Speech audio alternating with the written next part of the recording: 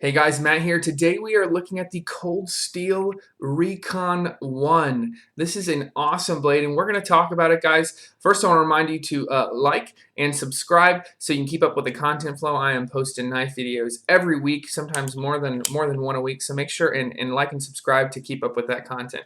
But let's talk about the Cold Steel Recon 1, kind of a staple in the tactical folding knife community. So let's look at the specs first. So we got a 5.2 ounce knife overall. Blade thickness is 3.5 millimeters. You can see that right there. This is a 4-inch blade made of S35 VN steel, very high quality American made steel. Handle length is 5 3/8 inches, and this is made of solid G10. There are no liners in here. Overall length is 9 3/8 inches, and you have this pocket clip, and it comes with two. Much like many cold steel knives, and it comes with a different one if you're left-handed. You can flip it over to the other side. And this, of course, is sporting Cold Steel's famous Triad Lock, that modified back lock. So, what do I think about the Cold Steel Recon 1? Well, guys, I've kind of had a Recon 1 on and off for a while. The Cold Steel Recon 1 was one of my first kind of high-quality knives. I got the AUS 8 clip point version a while ago. When they were kind of getting rid of that stock, and then they switched to the XHP. I had one of those for a while, and now I have this one in S35. And guys, I really like the Cold Steel Recon 1. I think it's a fantastic knife, and let's get into it. So what do I like about it? Overall, the design of this knife. I think this knife is well designed. It is a very no-nonsense knife. It looks like a tactical knife, and so if that's kind of what the look that you like, then definitely go for that. But ultimately, the blade's just well designed. It's a nice straight tanto. With good thickness, but not too thick.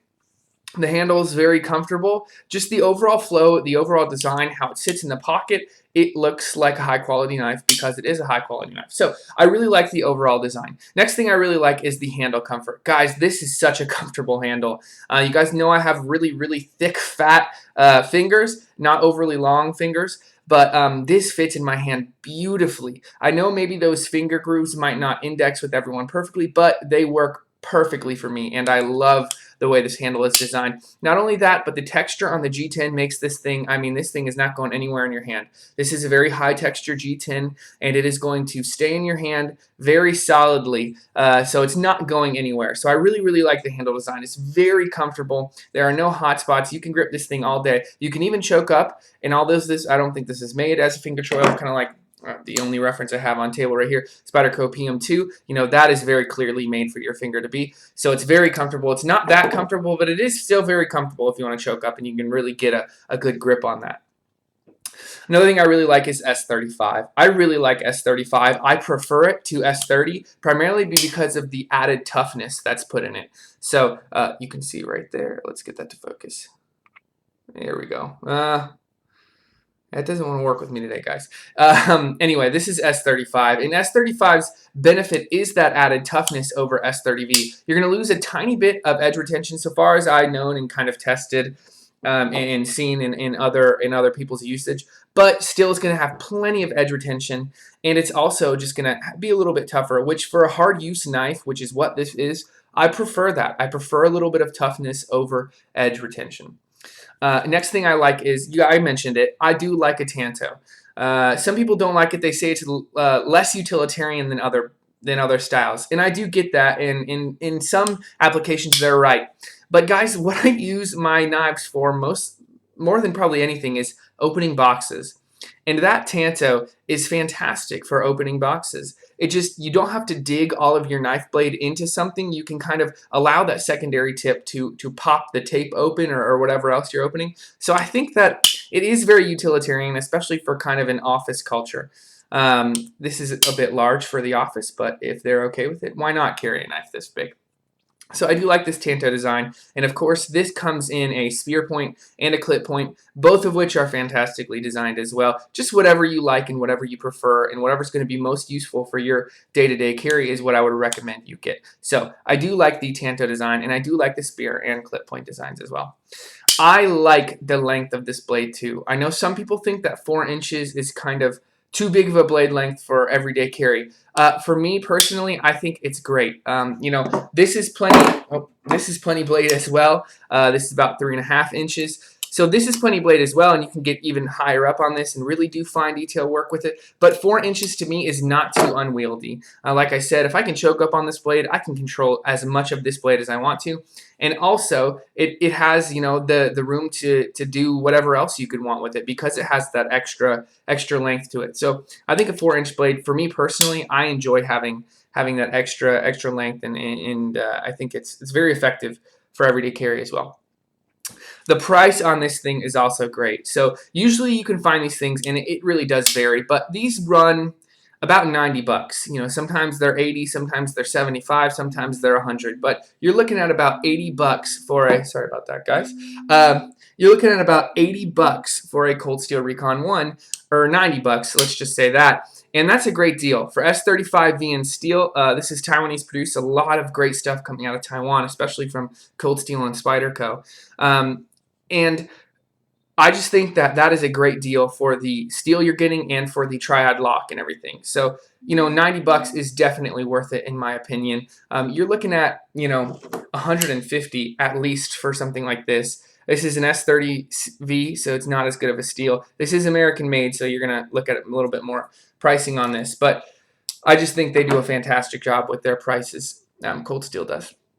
Last thing I want to talk about is the Triad Lock. You guys know I love the Triad Lock, so I won't talk about it too much, but it's just a strong lock. Is it as smooth as the compression lock by Spyderco? No, of course not. But in recent years, you know, when I first owned a Recon 1, these were not as smooth as they are now. I mean, this is drop free, and it's very smooth, very, very smooth. So it's not that smooth, but it's extremely strong. I mean, it's going to be stronger than just about any other lock on the market, and it's plenty smooth for what you could want it to be. So I really like the Triad Lock. So is there anything I don't mind on this knife? No, there's not really anything I don't mind. So let's move right along to what I don't like. So again, I will say this every time I review a Cold Steel knife that uses G10 or a tough material under their clip. Fix that, for the love of the good Lord. Cold Steel, please do something to smooth out that G10 under there. Every knife I get, Recon 1, whatever,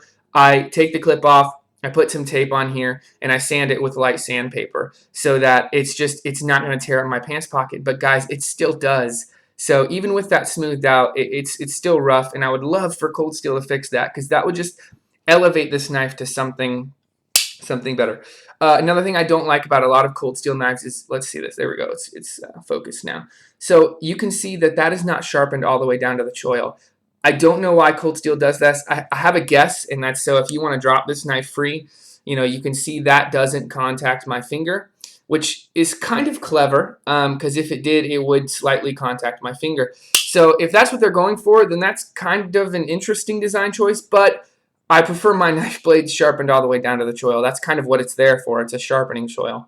So anyway, I wish they would sharpen that down there. Guys, that's really it about what I don't like. I love this blade. I think it's fantastic. Let's get this camera to focus. There we go. Does it want to? It doesn't want to. It's still focused on it up here, so we'll just leave it kind of closer to the camera. So what's unique? This, in my opinion, guys, is kind of like the archetypal, you know, folding knife, tactical folding knife. It is strong as can be. It's almost an industry standard, I feel, at this point for a folding tactical knife. So if you're looking for something that's tough, that can be like a secondary weapon, if you're law enforcement or in the military, this is a great option for you. I'm not a knife fighter, I will say that a million times, but I know that people really, really prefer these knives for how tough and how well designed they are. So I think that's what's unique about this is kind of that archetypal tactical folder that's going to endure whatever you want it to, and it's going to be enjoyable to use, and it's going to just last forever and ever. So guys, do I recommend the Cold Steel Recon 1? Of course I do. It's a great knife. It's well designed. It's comfortable. It's got great steel. It's just a fantastic folder, and I definitely recommend you pick one up if you don't have one already. Thanks so much for watching, guys. I'm putting out videos every week. I hope you enjoy these. Let me know if you have a knife that you want to see reviewed, and I will review it. Thanks so much, guys. Have a good one. Make sure to like and subscribe, and we'll see you in the next one. Peace.